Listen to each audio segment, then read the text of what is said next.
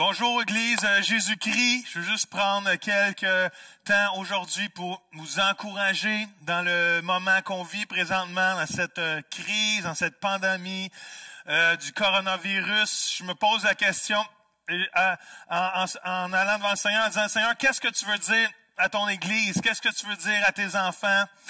Et qu'est-ce que nous, on devrait avoir comme réponse en tant qu'Église de Jésus-Christ dans la situation qui se déroule d'heure en heure, de jour en jour devant nos yeux. Il y a 4 choses que je veux vous partager rapidement. 1, je crois que Dieu nous dit, n'aie pas peur. Ésaïe 41:10 dit ceci, « N'aie pas peur maintenant, car je suis avec toi. Ne lance pas ces regards inquiets, car ton Dieu, c'est moi. Je viens te rendre courage. J'arrive à ton secours. Je te protège. Ma main droite tient sa promesse. » Le monde change. Devant nos yeux présentement, il y a des décisions qui sont prises qui affectent notre monde, qui affectent le futur de nos vies. La vie, comme on l'entend, comme on la vit à tous les jours, est en train d'être redessinée devant nos yeux par toutes les précautions qui sont prises, les préventions ou les réactions, et ça crée son lot de peur, ça crée son lot d'incertitude et même de panique. On l'a vu avec le cas du papier de toilette. C'est comme quelque part, à l'intérieur du Québécois, l'esprit, l'instinct de survie lui dit, si je suis pour mourir, au moins je vais mourir les fesses propres. Et c'était tellement intéressant de voir l'effet de la peur. Parce qu'on a peur de l'inconnu, c'est normal. Ce qu'on connaît pas, on a tendance à en avoir peur. Mais ce qui est plus contagieux que le coronavirus, c'est la peur qui est rattachée au coronavirus. Mais l'esprit que Dieu nous donne, la parole de Dieu va dire, ce n'est pas un esprit de peur, mais c'est un esprit totalement différent. Et ça dit que dans 2 Timothée 1:7, ça dit, ce n'est pas un esprit de timidité, de peur, de défaitisme que Dieu nous a donné, mais un esprit de courage, d'amour, d'enthousiasme. C'est un esprit actif et aimant qui nous rend forts et capables d'aimer. Il nous donne un jugement saint et une parfaite maîtrise de nous-mêmes. Comment? Peuple de Dieu, nous soyons contagieux par l'Esprit qui nous habite. Soyez contagieux par l'Esprit de Dieu qui nous habite. L'Esprit de peur veut se manifester, veut être contagieuse à travers les situations et profiter des situations pour nous faire peur, pour nous faire paniquer. Mais l'Esprit qui nous habite n'est pas cet esprit-là. Et on doit être contagieux par le courage, contagieux par l'amour, par l'enthousiasme. Soyons aimants, soyons actifs, ayons du jugement, ayons de la maîtrise de soi. C'est l'Esprit de Dieu qui habite en nous et c'est ce qui veut ressortir par nos actions. Come on. Un monde en panique présentement, frères et sœurs, a besoin d'une église courageuse. Alors, je crois que Dieu nous dit présentement, n'aie pas peur, fais-moi confiance, je suis avec toi. Je crois que la deuxième chose que Dieu nous dit aujourd'hui, c'est prends ma paix. Jean 14:27 va dire ceci. C'est Jésus qui part. Il dit, je pars, mais je vous laisse la paix. C'est ma paix que je vous donne. Ce cadeau n'a rien de commun ce que le monde peut donner. Et avec sa paix, lui, c'est pourquoi cessez d'être inquiets et de vous laisser troubler. Bannissez toute crainte dans vos peurs. Jésus dit que en partant de cette terre, il dit qu'il nous a laissé un cadeau. Tout le monde est content de recevoir un cadeau. Il faut déballer le cadeau que Jésus nous laisse. Et ce cadeau-là, c'est la paix. Pas une paix comme le monde peut donner. La paix de ce monde, c'est une paix qui veut pas de trouble. Mais qu'est-ce qui se passe quand on est en état de crise, en moment de trouble? Cette paix-là est pas assez forte. C'est la paix. Jésus nous dit qu'il nous laisse sa paix. C'est la même paix à travers laquelle il a fait face aux maladies, à travers laquelle il a fait face aux démons, à travers la critique, à travers le jugement des religieux et même la même paix avec laquelle il a fait face à la croix. Jésus nous donne sa paix. Vous savez, le mot shalom, le mot paix dans l'hébreu ancien veut dire ceci, la puissance qui détruit l'autorité attachée au chaos. Et dans tout ce qui peut se passer, dans l'incertitude de cette pandémie, excusez, il y a une autorité négative rattachée à ce chaos-là. Il y a des peurs, il y a des insécurités, il y a de la panique, il y a de la négativité, il peut y avoir du défaitisme. Mais c'est quoi? La paix de Dieu détruit l'autorité rattachée à ce chaos-là. Et Dieu nous donne la paix à travers toutes les circonstances, à travers toutes les tempêtes. Vous savez, vous connaissez l'histoire que quand Jésus a dit à ses disciples de traverser le lac. Il y a une tempête qui s'est manifestée. Ils étaient en bateau. Ils ramaient de toute leur force. Et à un moment donné, ils ont réveillé Jésus. Ils ont dit, hey, est-ce que tu t'inquiètes pas qu'on va mourir? Tu t'inquiètes pas de nos circonstances? Et Jésus, sans hésiter, s'est levé debout. Il a parlé avec un ordre impératif à la tempête en disant, silence, tais-toi. En anglais, il a dit, peace, be still.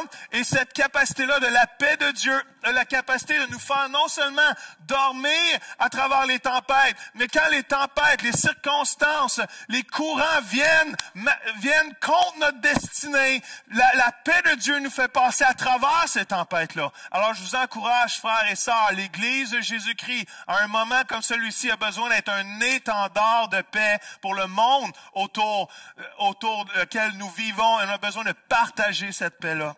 Je crois que la troisième chose que Jésus nous donne, que Dieu nous dit aujourd'hui, c'est « Sois sage ». Je crois que Dieu me protège. Je crois dans les promesses. Je crois dans le psaume 91 que Dieu me protège de toute plaie qui pourrait m'entourer. Mais en même temps que l'Église est appelée à repousser l'esprit de peur, je crois que l'Église est plutôt appelée à embrasser l'esprit de sagesse que Dieu donne. Martin Luther a écrit ceci, peut-être vous connaissez pas Martin Luther, mais c'est l'instigateur de la réforme. La majorité des églises protestantes tirent leurs racines de cette réforme-là. Et dans les années 1500, il y a eu cette plaie qui s'appelait la fièvre bubonique, la plaie bubonique qui a pris place en Europe, qui a tué des milliers et des milliers de personnes. Il a écrit ceci. Et je crois que c'est un peu la même chose qu'on pourrait se dire aujourd'hui. Il a dit, je vais demander à Dieu de nous protéger. Ensuite, je vais me fumiger, aider à purifier l'air, administrer la médecine et la prendre. Je vais éviter les lieux et endroits où ma présence n'est pas nécessaire, afin de ne pas devenir contaminé et ainsi, par chance, ne pas infliger ou polluer d'autres et causer la mort comme résultante de ma négligence. Il a dit ceci aussi, cependant, si mon voisin a besoin de moi, je n'éviterai ni lieu ou personne, mais irai librement comme cité plus haut.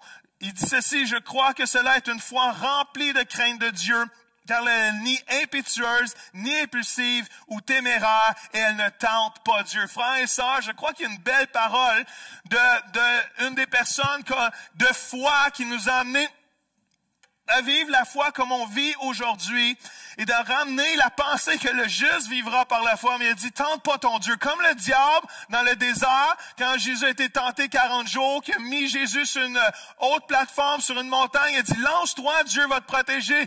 La réponse de Jésus a été, tente pas Dieu. Et je crois que même dans ce temps comme celui-ci, Dieu nous dit, sois sage, sois pas stupide, prends des précautions, crois en mes promesses, mais sois pas stupide. Aussi, sois sage. Comment? Est-ce qu'on peut être altruiste, peuple de Dieu? Est-ce qu'on peut être altruiste et sauver des vies? Est-ce qu'on peut être altruiste et pas sauver, mais aider le système de santé? Est-ce qu'on peut être altruiste et backer les gouvernements dans le tant bien que mal de ce qu'ils essayent de faire, de prendre comme décision et de dire, comment l'Église de Jésus-Christ veut être un impact dans la société et veut marcher, oui, dans la foi, dans la protection, mais il va prendre soin des autres.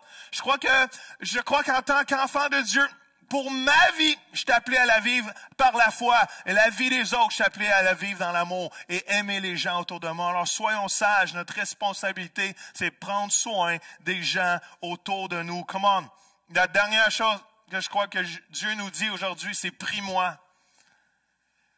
Psaume 56, 10 va dire ceci, « Je t'invoquerai et mes ennemis battront en retraite, car je suis certain que Dieu est pour moi. » Est-ce que vous croyez que Dieu est pour vous aujourd'hui? Est-ce que vous croyez que Dieu est de votre côté?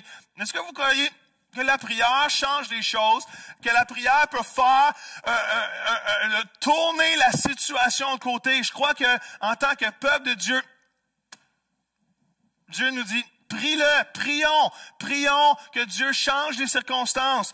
Devenons une maison de prière. Je vais prier dans l'autorité du nom de Jésus et demander la protection sur ma famille, sur mon voisinage, sur mon église, sur ma sphère d'influence. Je vais prier pour mes dirigeants. Je vais prier pour M. Legault, M. Trudeau, Trudeau, toute leur équipe qui a fait tant bien de mal de faire leur possible et réagir et agir dans ces situations qui amènent tout du nouveau, que personne n'a probablement géré avant. Je prie que Dieu envoie son aide, sa paix, des révélations scientifiques, des stratégies gouvernementales, du secours. Je prie pour la guérison de ceux qui sont atteints par la maladie, toute maladie, mais aussi ceux du coronavirus présentement. J'ai prié pour l'économie, alors que l'économie est sans sous-dessus présentement. Je vais prier que Dieu, Seigneur, étende sa main de protection et qu'on puisse gérer cette crise économique aussi d'une façon où que Dieu est glorifié. Non seulement je vais prier pour quelqu'un, je vais prier avec quelqu'un. Come on. On est appelé à prier, à prier, mais on est appelé à briller, Église de Jésus-Christ aujourd'hui. C'est un temps incroyable pour que l'Église de Jésus-Christ brille, de se réinventer. Dieu n'est pas tombé de son trône. Dieu n'est pas surpris de ce qui se passe. C'est comme s'il était occupé ailleurs et il l'a pas vu venir. Dieu sait ce qui se passe et Dieu est en charge et Dieu veut que son peuple réagisse et marche dans la foi. Le prix afin que les choses changent et que l'Église de Jésus-Christ brille. Même si présentement, c'est difficile de se réunir d'une façon physique. Comment? J'ai écrit ceci. On n'arrêtera pas de briller. On n'arrêtera pas de partager. On n'arrêtera pas de parler de ce que nous avons vu et entendu, de ce que Dieu fait. On n'arrêtera pas de louer. On n'arrêtera pas d'adorer. On n'arrêtera pas de donner. On n'arrêtera pas de partager. On n'aura pas honte de l'Évangile car il est la puissance pour sauver quiconque croit. Comment? Et Dieu est vivant. Dieu n'est pas en quarantaine. Dieu est en charge. C'est pas la fin du monde. C'est pas la fin de l'Église. Dieu veut se servir de cette situation à travers nous pour que l'Église dise, come on est appelé à briller. Lève-toi et brille. Et je veux vous terminer en vous encourageant aujourd'hui avec ce texte incroyable en lien avec l'Évangile que nous portons, que Dieu nous appelle à partager de toute manière. Ça dit dans 2 Corinthiens 4, versets 7 à 9, ça dit cet Évangile, le trésor est le trésor précieux qui nous a été confié. Come on. C'est notre responsabilité, c'est notre rôle, c'est notre mission. Ça dit, certes, nous portons ce trésor, l'Évangile, dans des vases de terre cuite. Mais il faut qu'il en soit ainsi. Cela prouve avec évidence que cette incomparable puissance vient de Dieu et non pas de nous. Amen. Cette puissance, nous l'expérimentons dans nos vies en même temps que la fragilité des vases qui la contiennent. Mais écoutez bien ceci, traqués et opprimés de tous côtés et cependant jamais subjugués par la peur. Nous sommes fréquemment désemparés, mais jamais découragés. Souvent, nous sommes perplexes et ne savons plus quel chemin prendre, mais nous n'abandonnons pas. Nous connaissons l'angoisse et le dénouement, mais non le désespoir. On nous persécute, mais nous ne sentons pas délaissés. Nous sommes jetés à terre, mais nous relevons et poursuivons notre route. Comment? L'Église de Jésus-Christ est appelée à briller dans un temps comme celui-ci, frères et sœurs. C'est temps de se lever. Comment? J'ai écrit ceci pour terminer. Brille, car Dieu est avec toi. Frères et sœurs, je crois que Dieu nous dit, ne crains point. Il nous dit, prie-le. Il nous dit, sois sage. Il nous dit, prends sa paix. Et je crois que Dieu va nous guider à travers chacune des tempêtes que nous pouvons faire face. Alors, je vous bénis. Je prie pour chacun de vous. Seigneur, alors que tu mets ta main de protection sur chacun de nous, je crois que tu nous interpelles. Non seulement être sage, à te prier, à ne pas craindre. Mais Seigneur, tu nous interpelles plus que tout à briller pour ta gloire. Et Seigneur, que ton message de l'Évangile aille à chaque coin de cette province, Seigneur, et amène des gens à ta connaissance. Je vous bénis. On se revoit bientôt, je l'espère. Dieu a sa main sur chacun de vous. Dieu est avec vous. À la prochaine fois.